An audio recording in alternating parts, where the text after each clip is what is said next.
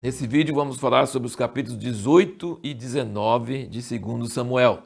Nós vemos aqui que Davi tinha milhares, fala aqui, chefes de 100 e de milhares. Eu não sei se tinha 1000 homens com ele ou se é só um termo, mas tinha muita gente com Davi.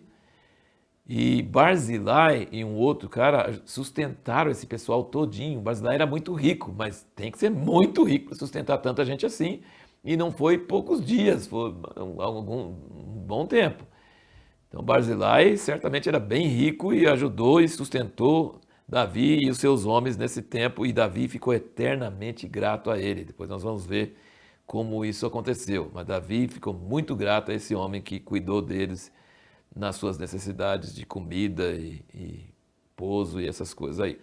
E aí nós vemos que houve a batalha, que Absalão seguiu o conselho de Uzai, e não o conselho de Aitofel, e foi com todo Israel, e aí ele perdeu, e um moço encontrou ele pendurado numa árvore, porque o cabelo dele engarranchou na árvore, a mula foi embora, e Joabe falou, por que você deixou ele lá? Por que você não matou ele? Ele falou assim, você não viu o rei falando para não matar o cara, não tocar o cara, para deixar ele vivo? Ele falou, não posso ficar perdendo tempo com você. O Joabe foi lá e matou o cara. Joabe é o cara indomável, desobediente, mas leal, eficaz, eficiente.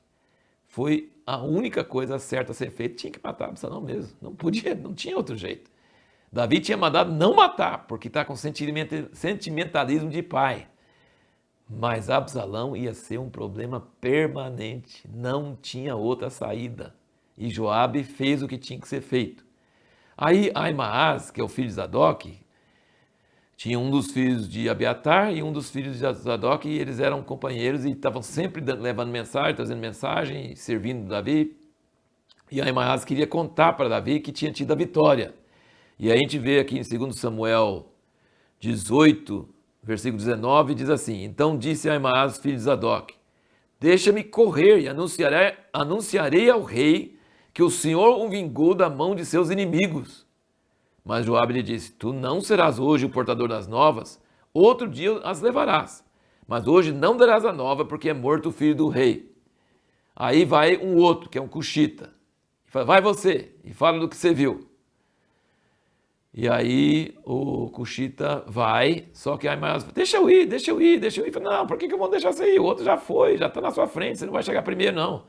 Ahimaaz falou, mas deixa eu ir assim mesmo. Insistiu tanto que Joabe deixou ele ir. E ele de fato era tão bom, escolheu outro caminho, um atalho, chegou antes do que o cuxita.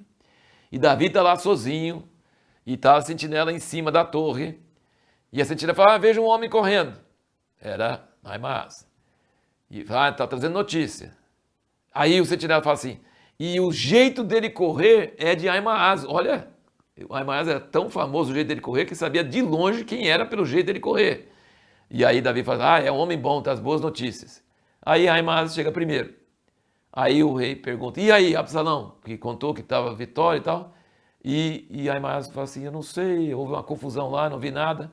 Eu queria que você que está me assistindo entendesse como interpretar a Bíblia, como entender as coisas.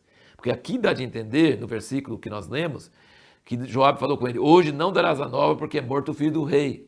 Mas quando ele chega para o rei, ele não sabia. Então você não pode ficar pegando ao pé da letra. Você precisa juntar os versículos na Bíblia que falam sobre o mesmo assunto, porque Joabe pensou, mas ele não deve ter falado, porque se tivesse falado, Ahimaaz sabia. E Ahimaaz não sabia. Ele falou assim, eu vi uma confusão lá e não sei o que é. Ele falou, então fica aqui. Chegou o Cuxita sabia.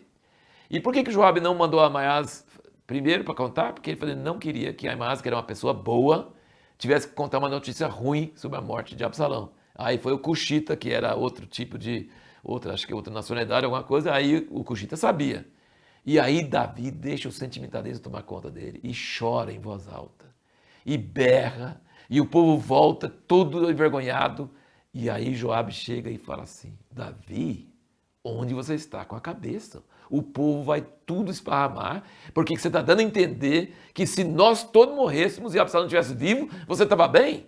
Que papelão você está fazendo?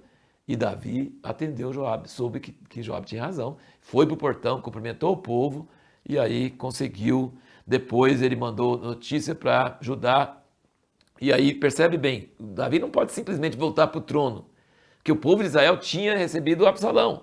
Então ele tinha que o povo convidar ele tinha que ser convidado. Os monarcas, os reis em Israel não eram totalitários, eles governavam com uma aliança com os anciãos, com os mais velhos, com os líderes de Israel. E aí, dentro de Israel, já que Absalão estava morto, eles começaram a falar: tem que chamar Davi, ele nos venceu nossos inimigos. Eles chamaram, quando eu falei Israel, está falando muito de Efraim. E Efraim, você lembra qual é o caso de Efraim? Ele sempre chega atrasado. E aí começa a criar briga com quem fez a coisa que ele devia ter feito.